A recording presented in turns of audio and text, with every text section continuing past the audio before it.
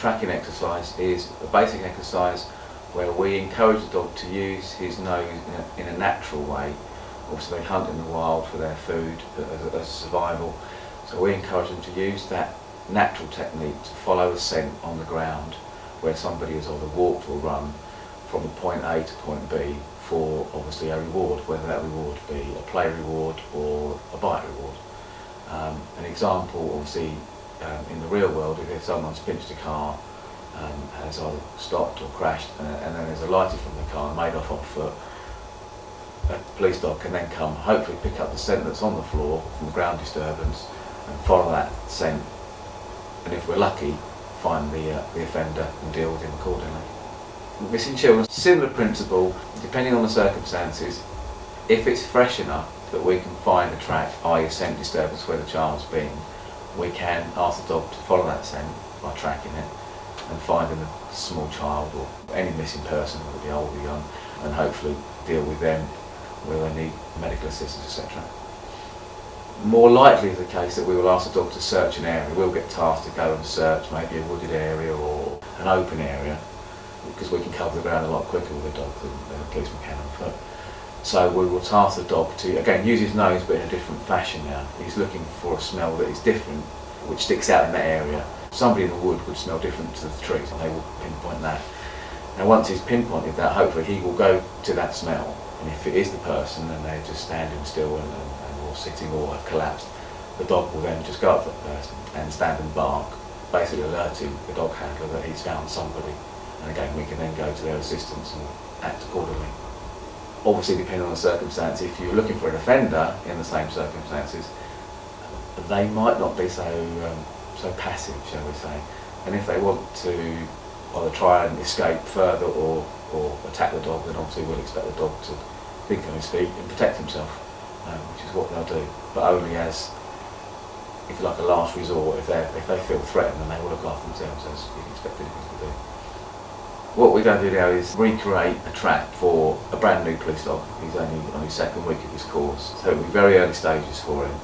But hopefully we will go and get my colleague to walk, as I said, from point A to point B, and leave probably with the dog's ball, his toy or something at the end of it, so he gets a reward. Theoretically, the dog will put his nose down, as we explained, and follow where my colleague's been. Basically, as we walk, we shed skin and deodorant and hair, and there's ground disturbance as your feet hit the grass or the concrete or wherever, and that releases scent from the grass and the floor, and that's what the dog gets up his nose, which is infinitely better than ours, and hopefully will follow the scent to its end.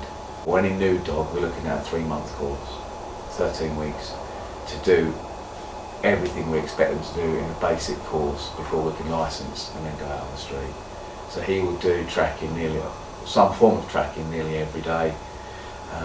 Again, some sort of searching every day with his obedience, his property searching, so slowly you build up, if you like, building blocks. You start very basically and then gradually increase the blocks until obviously we meet a standard where we can get licensed to go back on the street. But even then, you're still developing the dog while you're on the street. It's not a case of doing a 3-month course and that's finished. You've still then got to develop with the dog and improve almost all the time in its working life, because you always come across something new where the dog's a bit confused or hasn't seen it before. So it's always a sort of work in progress. And the dog you're about to see is on his second week of his initial course. He is already showing some exceptional natural ability for tracking. It is just a natural part of their lifestyle. What we're trying to do is enhance that for our purposes in a way that we understand it.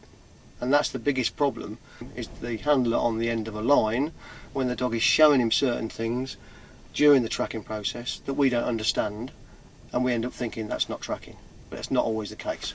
So it is a very difficult exercise, because it is the only exercise during training and the dog's working life where he is in control. We are attached with a line, but other than that, he is in charge. This is Jaeger. He's about 15 months old and has already shown some fantastic signs with regard to natural ability for tracking. We've started him off on hard surface, which is like gravel, tarmac. From a point of view of the scent retention, tarmac is quite porous, gravel, obviously there's lots of disturbance, lots of movement, and in those little pockets between each piece of stone will hold scent, and eventually that will permeate through, giving a pattern that the dog hopefully will follow. We're in the process now of mixing the two up, and what we're about to see is the dog starting on grass and then taking a turn across a tarmac road to eventually get his toy. This is mainly for the handler to start to read how the dog copes with and shows a change of direction, and then how he understands what that is like on a change of terrain as well. So it's a learning process for the handler mainly. This dog has done this on a regular basis, even though it's only week 2. But in order for us to maintain development, a handler needs to be able to read what's going on, when to step in to help, when to allow the dog the time to develop it and progress himself. If you give him a reason for wanting to do the same thing for you again, a toy reward, a bite reward, play, hands-on praise from the handler, he was more likely to want to do it again, and therefore a happier dog throughout his career.